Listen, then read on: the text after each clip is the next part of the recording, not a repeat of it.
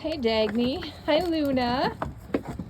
So here's Dagny and Luna, very excited because of course I have chicken feed bags.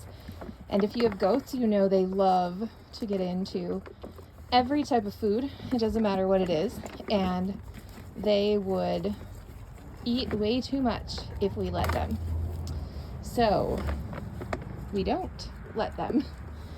We have found the best chicken feeders for our flock of 120 some birds.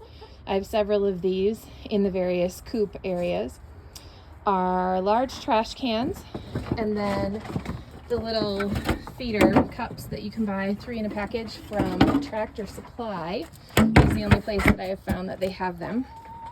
And then I have them behind some type of a barrier in each location that the chickens can get to, but the goats cannot.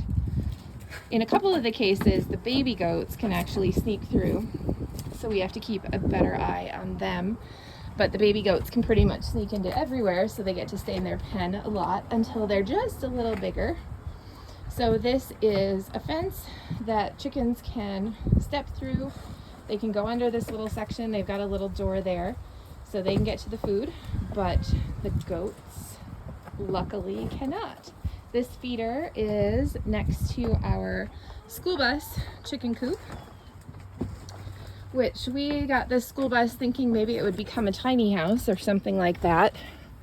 We ended up changing our idea, and when we had gotten it, it had already been emptied, so there were no seats in the bus. We played with a couple different paint schemes and then decided to make it into our chicken coop. So this is eventually where we would like the majority of our chickens to go at night, but they are creatures of habit, so they are jamming themselves into the chicken coops that don't have quite enough room for everybody.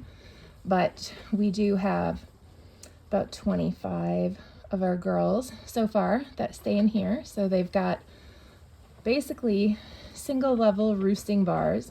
We've done the kind of stacked roosting bars in a couple of our other coops, and the distance that they have to jump down from those isn't necessarily worth it. So having them all at this level, which is under the windows, so they'll be underneath any draft areas, is sort of perfect.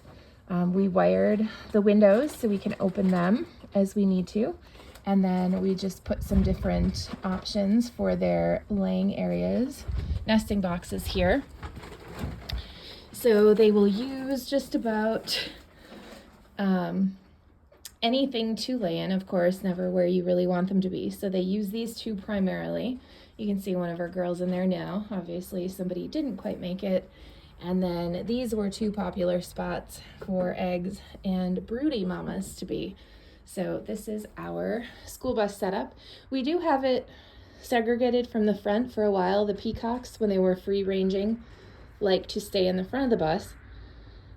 But now that they have their own pen, that can either be closed separately, or maybe we'll open that up this winter, put a little pass through in there. Obviously we can come in the back, or we could go in the front to gather eggs and check on everybody. So that is our setup.